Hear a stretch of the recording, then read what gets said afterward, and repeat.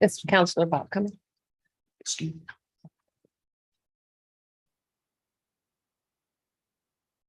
At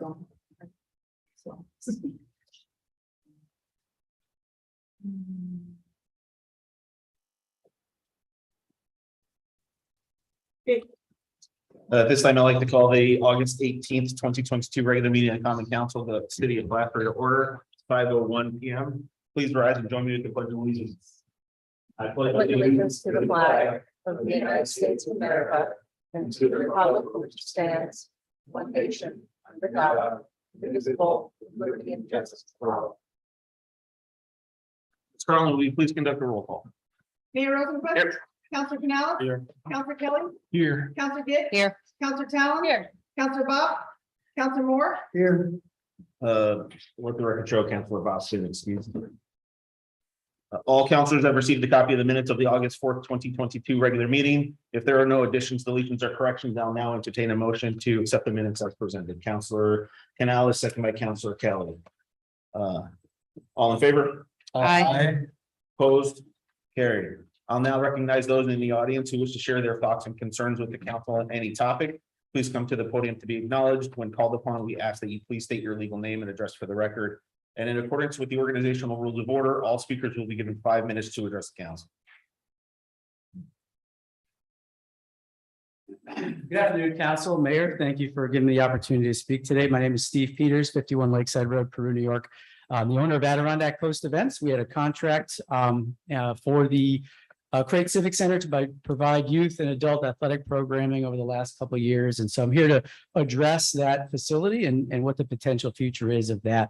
I want to start by saying that and I guess for folks that may or may not know, there was an electrical malfunction in the building shortly after my seasonal contract ended in May, and through investigation by the mayor's office and others, it was determined that there was that it was some serious electrical malfunction that's going to require a lot of money to repair. And so that has propagated a number of things, including the cancellation of my contract to provide these programs, where we had 2 years left, and now that will no longer happen.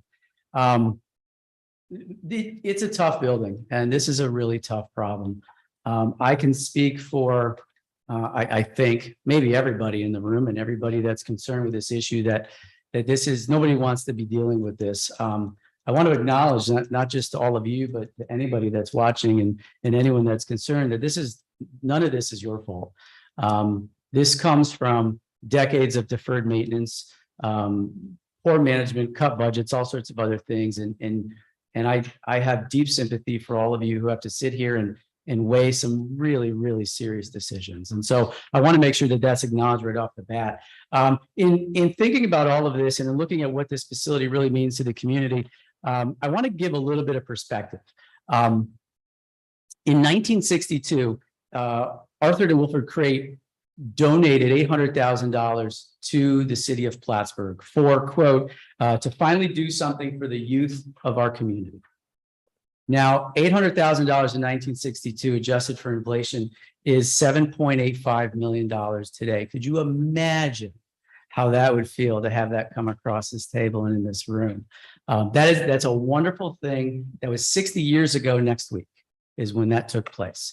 Over the next 12 years, some of us may know a little bit more about the drama that kind of has ensued. And if you don't know, check out the Northern New York Library Network. It's a great resource. You can find a lot of information there. So over the years, there's been a lot of concern and a lot of drama that has surrounded that building, starting with the actual location. The Crate brothers had wished it to be in the south side of town, but it ended up there. And I suppose folks can debate the merits of that forever.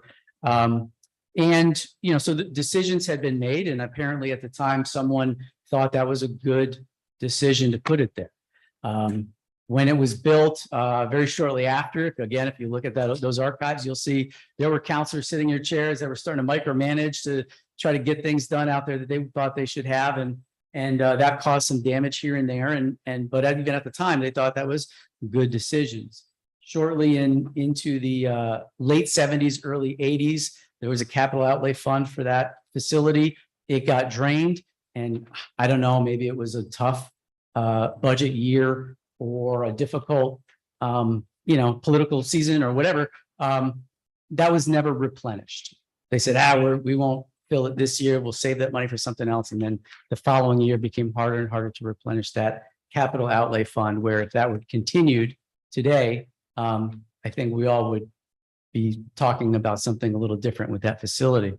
Fast forward to the late 90s when the pipes were rotting out from the ice rink, and it was a good decision for counselors and the mayor at the time to say, you know what, we're not going to repair that. We're not going to make ice anymore, right?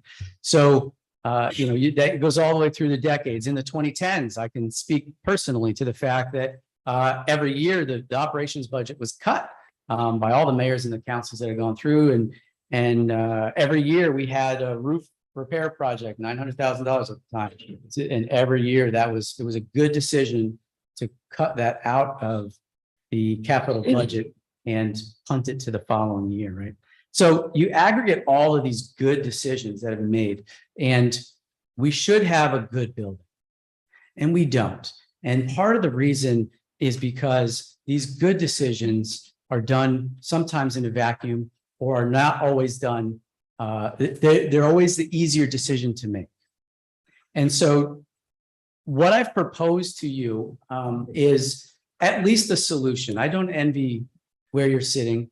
I think what is about to happen over the next few months is that this council will vote to tear down the building and remove it from public use. But at least want to do everything I can to support the 1,700 plus kids that I represent. Seeing what they're doing every day in that facility, what they've been doing for 20 years, and actually what they've been doing for the 30 before that. It makes me realize that what the Crate Brothers vision really was, amidst all the drama and all the good decisions that have been made through the community, their focus on children. We've got coaches in the room that give their time and don't take any salary. And think of all the hundreds of people that did exactly that for our kids. Through all of that, the Crate Brothers vision was actually realized, at least with that facility. And I want to make sure that perspective is out there, because I do think it's really important. Over those decades that we're looking at, I suppose it's important to recognize that we needed more right decisions to be made. Now, I have an opinion. I know it's biased, and I'm going to encourage you to at least come to the table, at least try to work with me if possible. I've given you kind of a rough proposal in a very short amount of time. I was able to kind of generate some discussion, which yielded the ability for an external source to come up with the $100,000 deductible that the city would need to fix the electrical system, to pay the insurance company and those things. I've offered to at least look at and take over, and the mayor's been gracious enough to share with me a memo and a few things of what they think is wrong with the building. And at least I've offered to say, hey, listen, maybe I can help with that in a public-private partnership to make sure that it's no cost to the city, or I will say minimal cost to the city, far less than it is now, just so that we can keep our kids on the fields, these 1,700 regional kids. And I don't want the building forever. And this is a very bad business decision on my part, because I'm going to increase my expenses by well over 100%. My margins go down to zero. But I really care about those kids and the opportunities at that facility, as rough as it may be. I care about those opportunities for those kids. And I'm really willing to, I feel like I'm in a position to, if I can, I should. So I'm just telling you what I think I can do. And I think in closing, I'd like to, just, I guess, ask to see if you're willing to see if there's anything you can do with me to make this facility work for a very short period of time while we come up with other solutions for our kids, and while you come up with solutions and generate grant money and things like that for the property that needs to be done. So with that, thank you very much for your time. And I certainly will be here for any questions and always available to any of you if you have any questions at all. Thank you. Thanks, Steve. Anyone else who'd like to share their thoughts and concerns with the council? On this one? Josh Meyer, 18 Concord Avenue. So I'm one of the coaches that Mr. Peters mentioned. I'm also on the board of Plattsburgh Football Club. I played hockey, in the 80s and 90s when it was a hockey arena out there. One of the reasons I came back to Plattsburgh, my wife and I chose to come back as part of the recreational opportunities that we had when we were younger. As you are well aware, many of those recreational opportunities are gone, forced to come up with other options. This is the one option we have left. This is the recreational opportunity that my three children have, the roughly 90 kids that I coach each winter, and all 500 of those kids that are part of that club. There are other not just that club, but other sports that use that facility as well. It's really the one thing that we have left to do during those months. I understand your plan. I understand the financial concerns, and I think that's great. And I think that there's a time to do that. But Steve's plan allows my kids and all those players I mentioned to play this winter, and your plan doesn't. So I would really encourage you to take a look at this plan and see if there's a way that we can make both plans work and make everybody happy. Thank you. Thank you. Anyone else who wishes to share their thoughts and concerns with the council on any zone? Justin Meyer, 5 Lexington Avenue.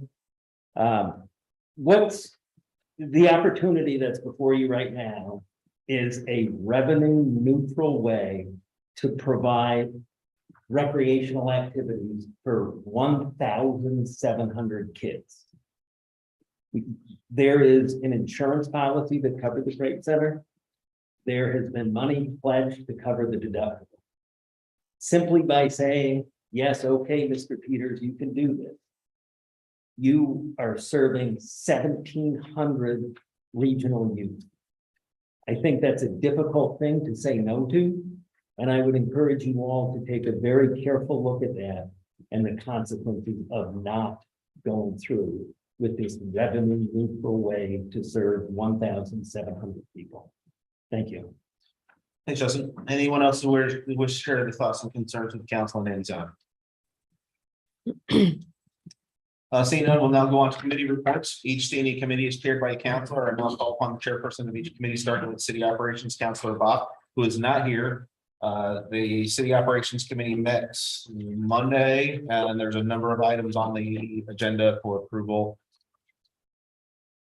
tonight. Finance and Economic Development, our next committee meeting is the second Thursday of the month. We are meeting with department heads starting next week to review mayor's budget.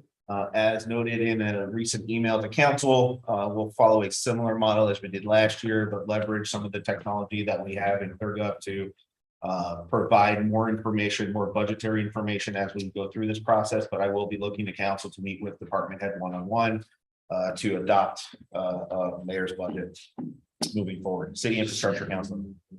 Well, we didn't have a meeting this month, but yeah, I did go into the progress of the new base, and everything seems to be going along there pretty good. It looks like we will make our deadline of before winter.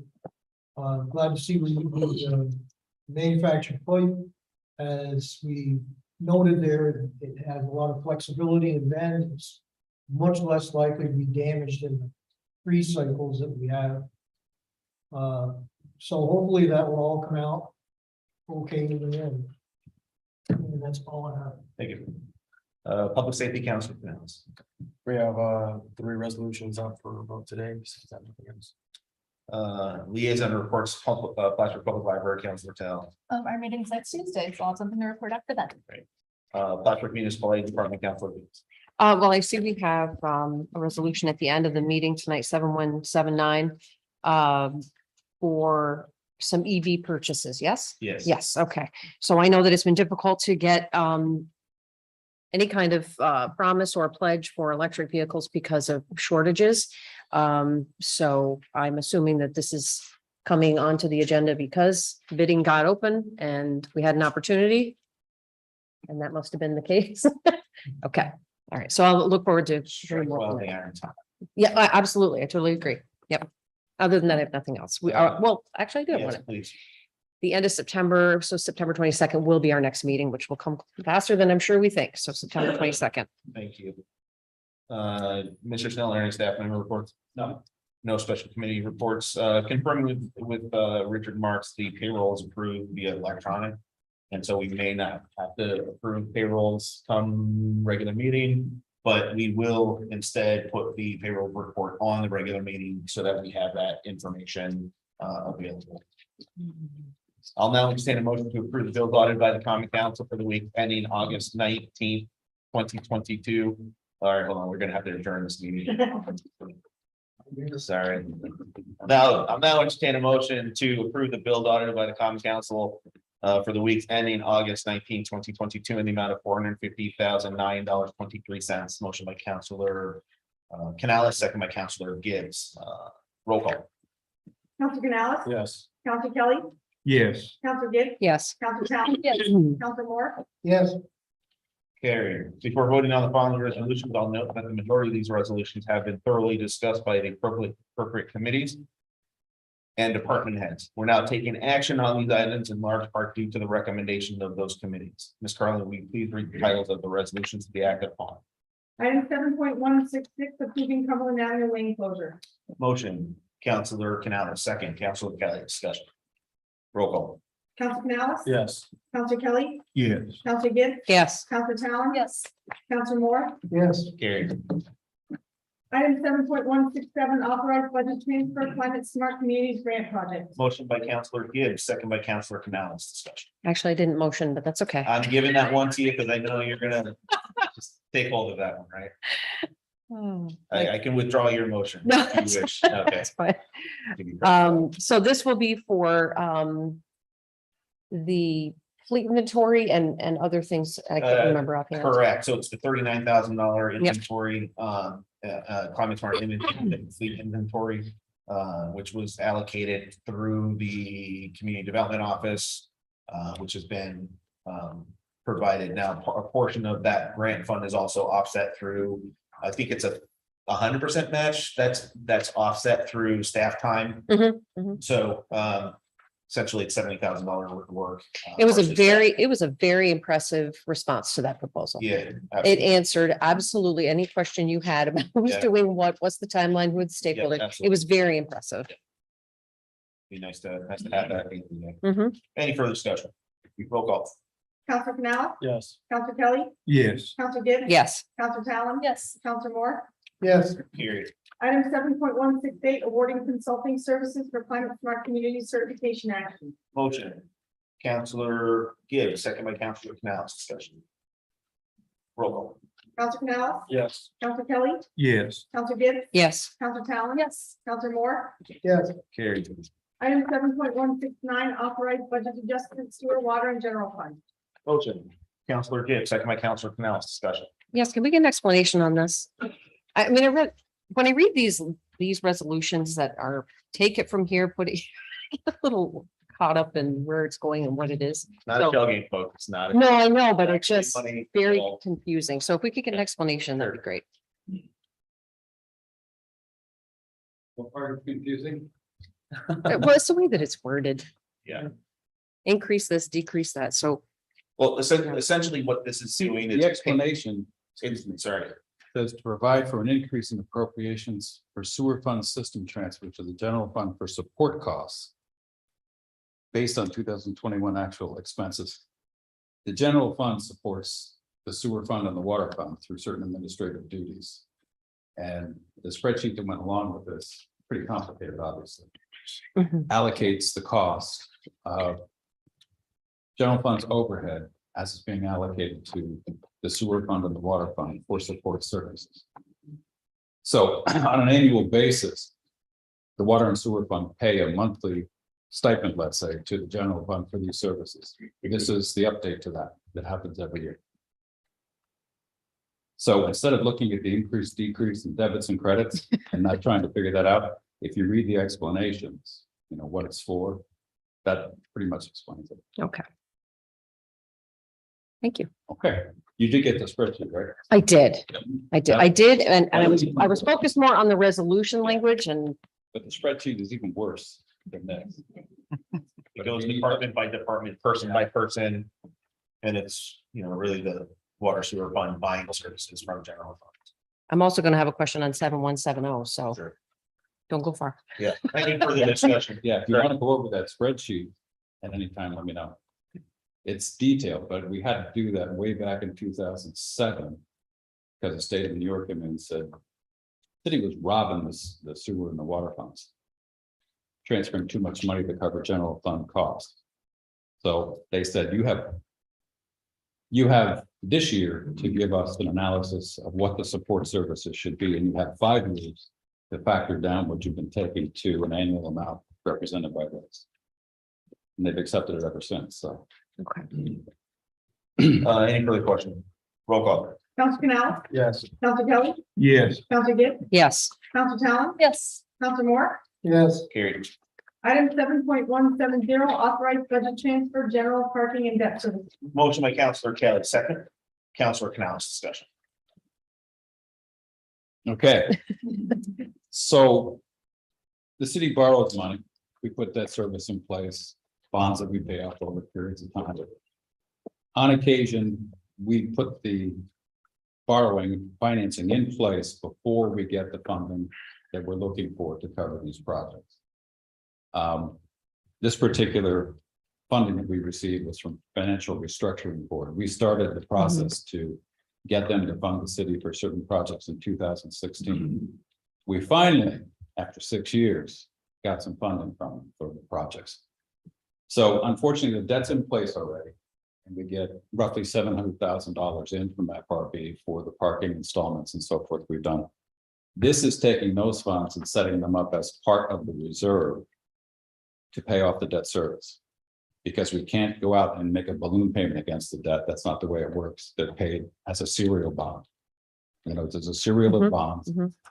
Annually, you pay principal and interest, and that's frozen. You can't get out of that. But we can put this money aside and say, okay, as far as the debt service is concerned, we're going to use these funds from the reserve to pay the debt service for the parking in the general fund on an annual basis. Okay. Okay. And we did cover this at a meeting about the parking debt. And actually, this funding that Matt finally secured after, like we said, 6 years of working with FRB, it's going to cut the debt service in half of the Arnie Pavone parking lot on an annual basis. Awesome. Thank you. Any further discussion? Roll call. Council Canal, Yes. Council Kelly, Yes. Council Gibbs, Yes. Council Talon, Yes. Council Moore. yes, Carried. Item 7.171, authorized travel request. Motion. Counselor Canales, second. Counselor Gibbs, discussion. Roll call. Council Canal, Yes. Council Kelly, Yes. Council Gibbs, Yes. Council Talon. Yes. Council Moore. yes, Carried. Item 7.172, authorized contract for youth safety advocate, PCSD. Motion by Counselor Gibbs, second. Counselor Canales, discussion. oh, go ahead. No, go ahead. Well, I guess, as I do every time this comes up, I always vote no. And my reason isn't that I'm against resource officers or anything, but I do feel it's a big risk on the part of the city. If there's any lawsuits or anything that come out of anything that happens there, I just think it's too big a risk to consider. So I am not for that, and I know that they say the school district, indemnified us to some degree on this, but I pay school taxes too, so it'll just come out of one pocket or the other. If there is some kind of something that happens there, and these are minors. If someone was to get injured or badly hurt, there would be a quite substantial payment that would go to these people. And the other thing that sold me on this, I was watching the city council meetings in Uvalde, where the city council got blamed for what happened with their people doing such a terrible job. And boy, I'll tell you, those people got raked over the holes, and you should really watch that. It wasn't pretty, but anyway, that's Who are the officers who are going to be Oh, gee, you can ask me that. Same ones as we had. the same? Yeah, Okay. yeah. Okay. Yeah, you know, as we reviewed this last year. Took a lot of this discussion in, a lot of the points that were made, concerns that were made, address that through a revised program. And it has been very well received. There has been very minimal interaction between student and SR, or youth safety advocate. The reports they do are presented, those interaction reports are presented to council. Through the public safety committee, and we've heard a lot of positive feedback in terms of interaction and opportunity for these officers to be present. It very much is an advocate role versus an officer role in the school. So. Any further discussion? Roll call. Council Canal, Yes. Council Kelly, No. Council Gibbs, Yes. Council Talon. Yes. Council Moore, No,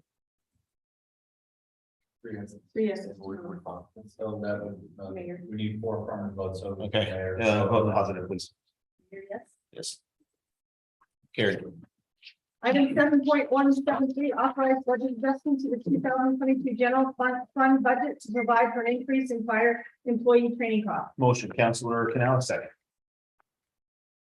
Counselor Gibbs, discussion. So what is the reason for this? Just not enough budgeted for their, No, this is actually a reimbursement from the oh, state. to reimburse? For fire training.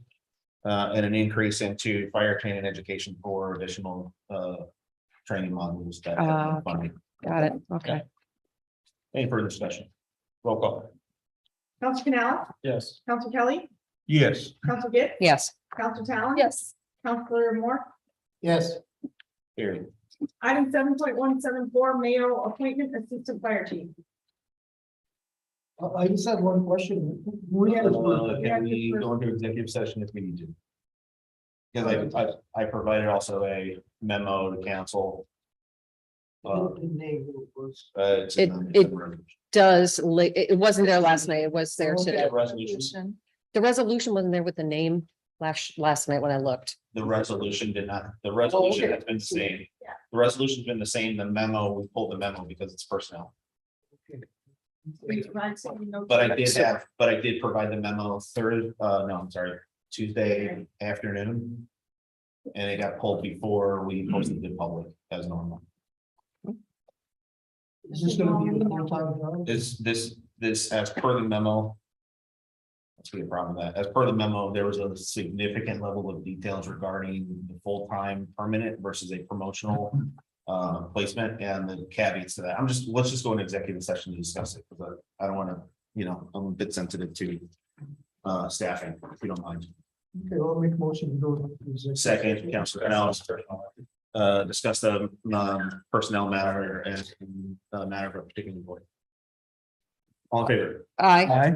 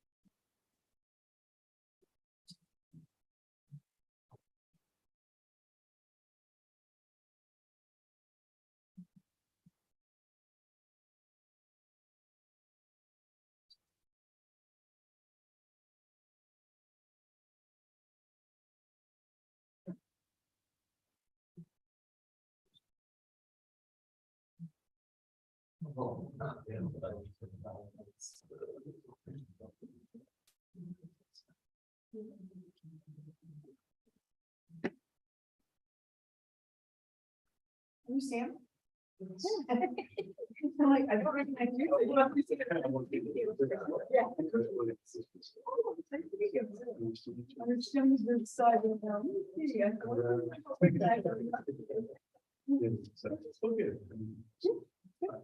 I was just in North Carolina. Oh, yeah, I was in, my family was in, well, which is near Hickory. And then I went down to visit my brother, Charleston, down there for a day and a half. And came back up and started driving.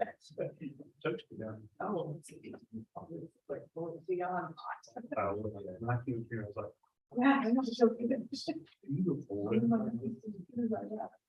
So then I could see the mom, she said, it comes off up here. Okay.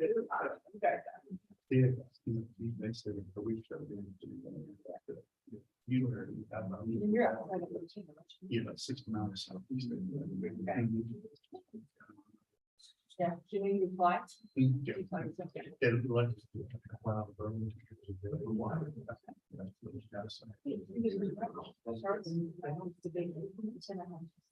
Bringing in and like, and then I can't buy them on, because I don't want to back. Just throw whatever. Yeah, everything is fine. Oh, yeah. It's dark. Well, we're doing some things. Kind of overseeing it.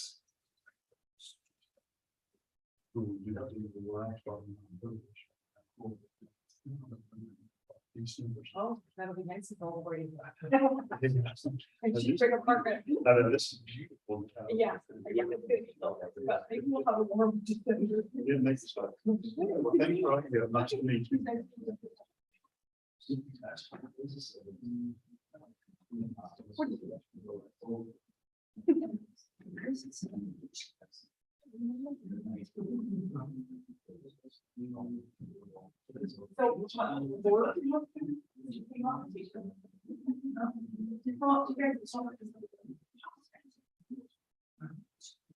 Oh, yeah.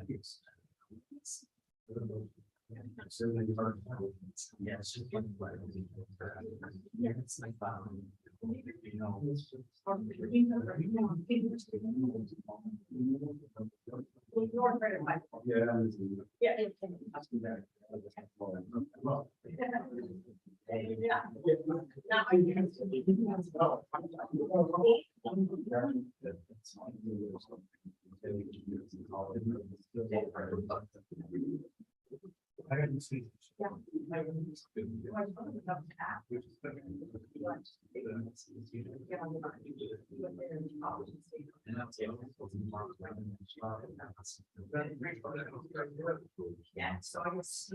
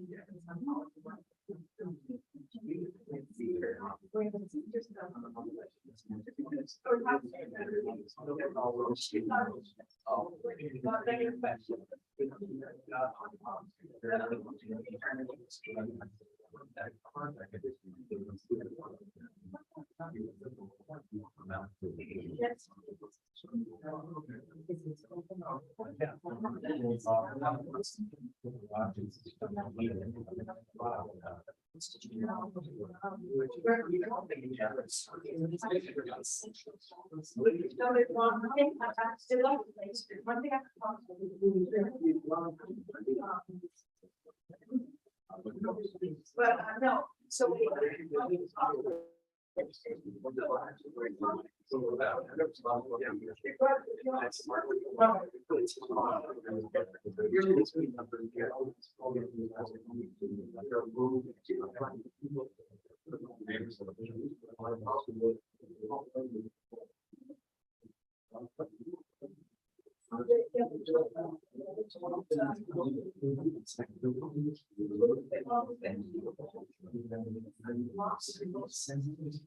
So.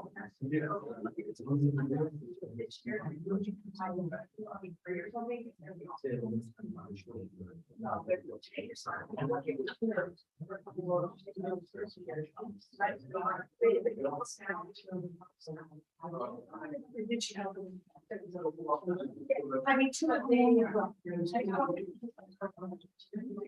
I wasn't on the plan to. I was down there in. Very honest, it's very good, very rich. And then I seen it, there's a structure on there, you know. Whatever. I know that. Start put on.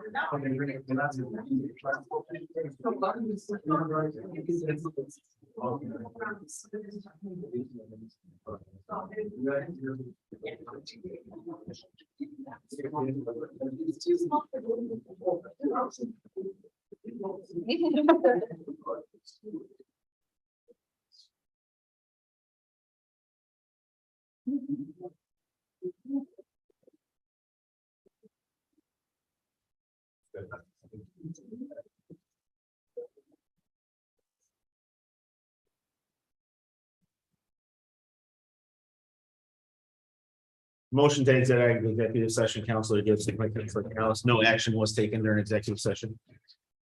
All in favor? Aye. We're now out of executive session. There is a call to question on the floor. Item 7.174, resolution title, mayoral appointment, assistant fire chief. We had a motion in a second. No, we didn't yet. We had a motion in a second. Not for me, no. We No. just started talking. That's why I said you needed the first. Motion. Counselor Canales, second. Counselor Kelly, roll call. Oh, no discussion anymore? No, nope. Okay, Counselor Canales, Yes. Counselor Kelly, Yes. Counselor Gibbs, No. no, Counselor Talon, Yes. Counselor Moore, Yes, Carried.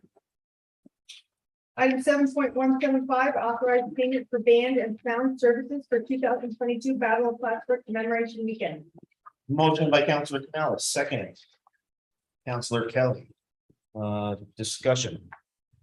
Roll call. Counselor Canales, Yes. Counselor Kelly, Yes. Counselor Gibbs, Yes. Counselor Talon, Yes. Counselor Moore, yes, item 7.176, approval of 2022 Battle of Plattsburgh beer gardens for Battle of Plattsburgh commemoration. Motion, Counselor Canales, second. Counselor Kelly, discussion. Roll call. Counselor Canales, Yes. Counselor Kelly, Yes. Counselor Gibbs, Yes. Counselor Talon, Yes. Counselor Moore, yes, Carried. item 7.177, approval for street closure Clinton Street.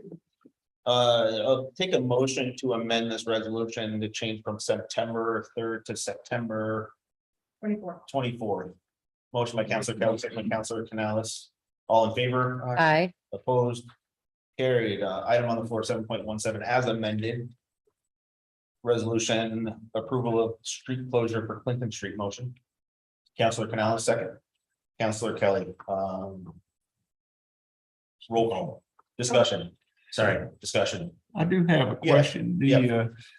It seems like some group at the university always puts on a Caribbean Yep. Street Festival. Is this at the same time? I don't think it's at the same time, but I believe that it's all being coordinated together. Or are they planning to do it again this year? I'm not, on I don't campus? know what the campus event's going, I don't know what the campus event is gonna happen. But I believe this event is going to include that campus group to come into downtown. as well. Yeah, Excellent. any further discussion? Roll call. Counselor Canales, Yes. Counselor Kelly, Yes. Counselor Gibbs, Yes. Counselor Talon, Yes. Counselor Moore, yes, Carried. item 7.178, approval for street closure Battle of Plattsburgh event. Motion by Counselor Canales, second. Counselor Gibbs, discussion. Roll call. Counselor Canales, Yes. Counselor Kelly, Yes. Counselor Gibbs, Yes. Counselor Talon, Yes. Counselor Moore, yes, Carried. item 7.179, authorizing MLB to award under state county contract. Motion by Counselor Gibbs, second. Counselor Canales, discussion. Roll call. Counselor Canales, Yes. Counselor Kelly, Yes. Counselor Gibbs, Yes. Counselor Talon, Yes. Counselor Moore, yes. No motion to go into executive session. Any new business to come before this council? Yes, on the heels of Mr. Peters' presentation of the council, he submitted that email to us last Friday with his proposed solutions. I shared with council, everyone here knows that Assemblyman Jones is prepared to aid the city in a $100,000 DASNY grant to help pay for repairs. I think the case has been made very clearly that we have thousands of children who are going to be youth who are going to be without a place for their athletics this year. I would like to propose just a straw poll to see if counselors are interested in pursuing, is that allowed, Dean? Just a straw poll, just to say who's interested in pursuing a discussion of this further? I mean, it's not a typical or binding resolution. No, I'm not presenting a binding resolution. I'm asking if council, because this is our last council meeting for the month. We have the presentation. We have this information. Is council interested in pursuing the proposal and the information that we have? Or I guess just maybe just to clarify, to open it up to further discussion by the council rather than phrasing this trouble. It's just I'm just trying to gauge the interest. Is there an interest on council to move forward discussing this? Because we all know that the building is in disrepair. We know that it needs attention to bring it to a place where it can be safe for students. It can be safe for the youth to play. We all know those things. We have a comprehensive proposal. We have allocated money from Assemblyman Jones, who has always been excellent about taking care of his legislative district. I think it is incumbent on us to at least consider it. And I'm just trying to gauge interest in council if they're interested. I am interested in it, and I don't know if anybody else is. I I'm mean, not interested. it'd be good to have a discussion. I'm all for having a discussion. We've had 7. After seeing the condition of the building a few weeks ago, I can no longer support people being inside. It's dangerous. To do otherwise would be dangerous on our part. Well, I still have an open mind on this and want to review every aspect of it and see what opportunities are out there. Not weighing in any way in one direction or the other, but I agree with Council Talon and Council Gibbs. You know, I think we owe it to ourselves to find out what the temperature of the city is and people and ourselves to see what this is all about. You know, I think it's good to have more discussion on this than what we have so far. I guess it's my opinion. We're running out of time to keep discussing it, though. If we don't bring this forward as some kind of either policy or resolution soon, then we are going to run out of time to remediate any of the issues and start to have a facility available for the students who are going to be looking for those. So I don't know what a proposed, Dean, what would be an appropriate procedure to make this a more formalized pursuit of consideration? What would be like a public forum, a public referendum? Yeah, I mean, talk about time frame, we know. Certainly the time for public referendum. Community doesn't get a referendum is a specific topic. What would be required is a tangible resolution that allocates money or sets a policy. So something specific that's not just an abstract. So if you're talking receiving or applying grant money, that would be specific resolution. Contracting with developers or contractors, that's specific resolution. If you're talking re-engaging with a management company, that's so it's something specific that accomplishes a certain action. And how to best do that, we need to follow the procedure and put it on the floor. So it either comes to the committee, comes to the mayor's office, or the Rule 4 scenario. Those 3 ways to get it done. Considering the significant unknowns that don't. I wouldn't, and I think that, you know, Steve understands that my position on it, and I've been clear from the beginning that the building needs to come down, but I also had very frank conversations with Steve.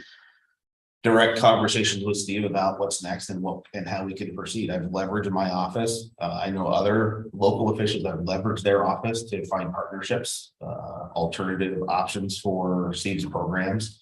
And the people and families that he serves, and I'll continue to do that, and that won't stop. But you know, at the end of the day, you know, saying we're going to accept $100,000 grant for explicitly what, and then subsequent to that, we already know that based on Matt's estimates, Mike's estimates,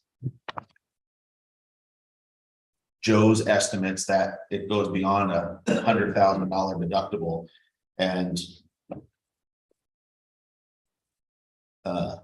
it's you know, sharing with the council the annual expenses,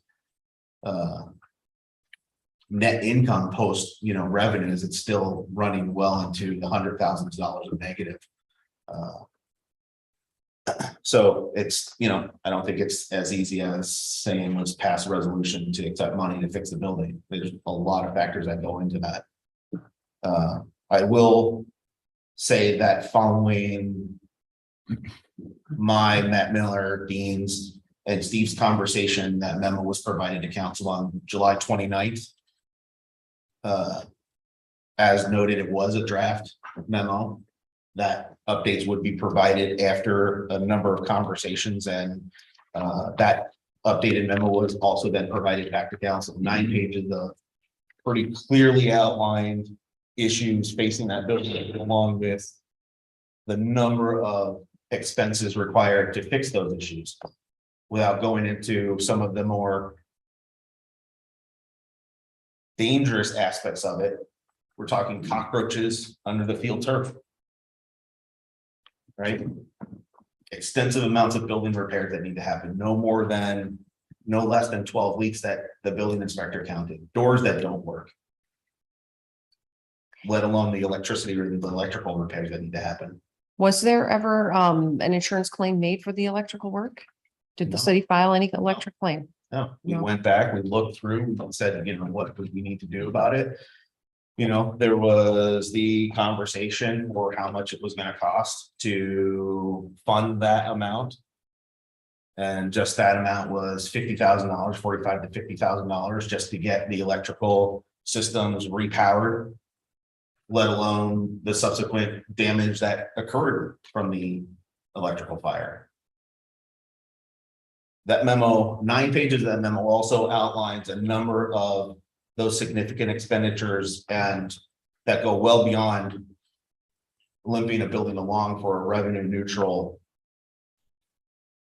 position on this building. It's not revenue neutral. I'd be happy to sit down with you and show you numbers. I'll provide you the memo. The memo is public. Anybody can have it. And if everybody's willing to have it, everybody's welcome to have it. Don't mind that. You deserve to have it. And in that draft memo, I also offered an option, understood it's aggressive.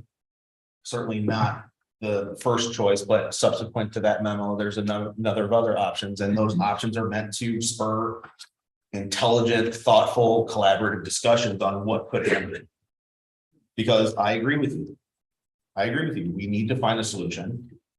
I don't think that the city of Plattsburgh needs to be that solution. This is a regional issue. 17% of that 1,700 kids, 300 of those kids are city residents. Not saying that the other kids don't count. But I am saying that this is a regional issue. This has always been a regional issue that the city of Plattsburgh bears the burden of. And it's not fair. I don't think it's fair. Well, I agree. And I think that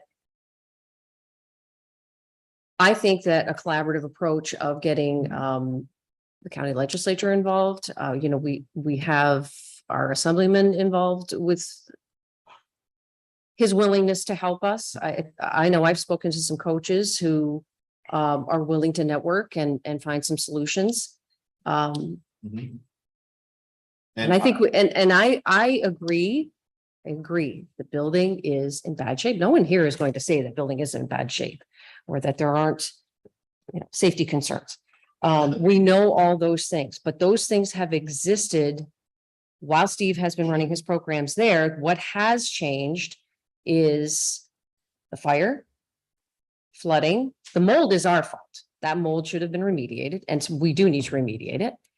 To make that building usable in the way that Steve has been running those programs. I had that conversation with the building inspector.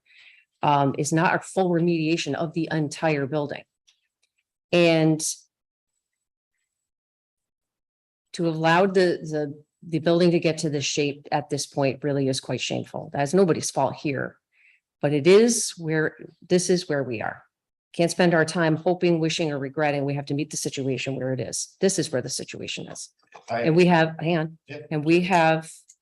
people who are willing to step forward and help, pitch in, allocate money, collaborate. If there were an alternative location for these youth to go for their programs, I would not be advocating for a solution right now. Mhm. But without this building, they won't have a place. And I have a very difficult time talking to the families of this county, of this region, city, parents, and saying, we've been presented with a collaborative approach and we didn't do anything. And I'm not willing to say that. Councilor Kelly. Well, you make some good points, Councilor Gibbs, but the $100,000 won't even begin to scratch the surface of what needs to be done at the crate to make it safe. I would imagine that it would take $100,000 just to find out from an engineering standpoint what's wrong with the place. And then you would have the task of deciding what to do about that. You know, we've been told a few times over the years that it would cost $1 million to tear down the crate. It would cost $5 million to get it back to speed.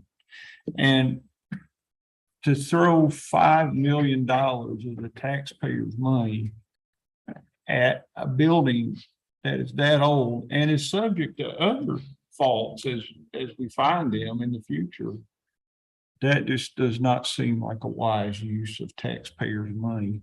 What would be a wise use of taxpayers' money, perhaps, is to collaborate with other rec departments in our region. You know, if it's true that 1,400 kids out of 1,700 come from outside the city, then let's call on those communities where those children live and get them involved in a big way. And I don't agree that the city of Plattsburgh is the right entity to manage that building. We've done a poor job on it for at least a decade, maybe more. And I do believe that if someone who's knowledgeable, such as Mr. Peters or the YMCA, if someone like that would help lead an initiative, we could build a first-class recreational facility. I've told you all before that my grandchildren play sports and they travel all over New England. And there are some really, really top-notch facilities out there. I would be ashamed for the people who live in those communities to come play at the crate. It's just not up to speed. The turf needs to be replaced. Most of these facilities have 2 fields, so they can have 2 soccer games going on simultaneously. We are just way behind what's going on in the rest of our region. So I hope that we'll keep all that in mind and not be afraid to go into the future. The problem with keeping the crate is that we'll say, oh, okay, it's good enough. But it really isn't. We deserve much better than what's there. And our children do too. So I hope that we can learn a lesson. It is take better care of the things you own. That's a lesson. But the other lesson is that we have an opportunity here to build something wonderful for our children. I can't do it. I'm not the person who's going to do it. I'll help in any way I can. But I think the real solution is a regional solution. A sports facility does not have to be in the city of Plattsburgh to be usable by the entire community. Maybe it's better to put it in Peru, right off the interstate. If all these kids are coming from Essex County, then let them drive a little less to Peru. If all the kids are coming from the northern part of the county, let them come to Beekmantown, build a facility in Beekmantown that's more regional than what we have now. This can be done. We don't have to say, well, we're satisfied with the good old crate center. You know, I'm not satisfied with it. I want better. I want much better. I don't think, sorry, Jeff. Yeah, well, realistically though, I don't see anything on the horizon. You know, we'll all be long gone before anything like what Mike is talking about would materialize. That's the big problem that I see. Now, is this place viable? I don't know, you know, I can't go quite that far. But I do know that there's realistically, there's nothing on the horizon. We're not gonna have a nice big new facility somewhere. In our lifetime, so. You know, we need to be realistic and like, should we patch this together or shouldn't? I mean, that's really where we're at. There is no plan B. There is no big facility going up somewhere else. I don't know, I'm just trying to weigh this all out. I gotta be honest, I'm still up in the air about some of it, but I do wanna do what's best for the community. I think every single one of us do, and I don't, I think Steve said it right, like, this is a hard decision, nobody really wants to be here, this is years of deferred maintenance that it becomes the Jeff Moore model of somebody's got to make a decision at some point. Can't just keep kicking this down and waiting for something, and yeah, something is coming, and we know that something's coming. We know we've had conversations about regional sports complexes, internal or indoor sports complexes. We don't know a timeline for that, but at the same time, this is, I wish, and Counselor Gibbs, to your point, this is a regional solution, and I wish that other councils were also debating this. What are we going to do about our kids? What are we going to do about the Creek Center that's closing? The fine folks in Beekmantown, I don't know if they're having the same conversation. I don't know if the folks in Blackbrook are having this conversation, and wherever else Steve's students or Steve's participants are coming from. We're the ones having this conversation. We're the ones that are like, this is our burden, but this is a regional issue. We've known it's been a regional issue. We've known sports and recreation have been regional issues. We've tried to solve that problem for years, and previous administrations have, as Steve also noted, as many of you have also supported, have chipped away at Plattsburgh Recreation to a point where this is what we have to deal with. Now, we also have an opportunity to build back and build it from scratch regionally.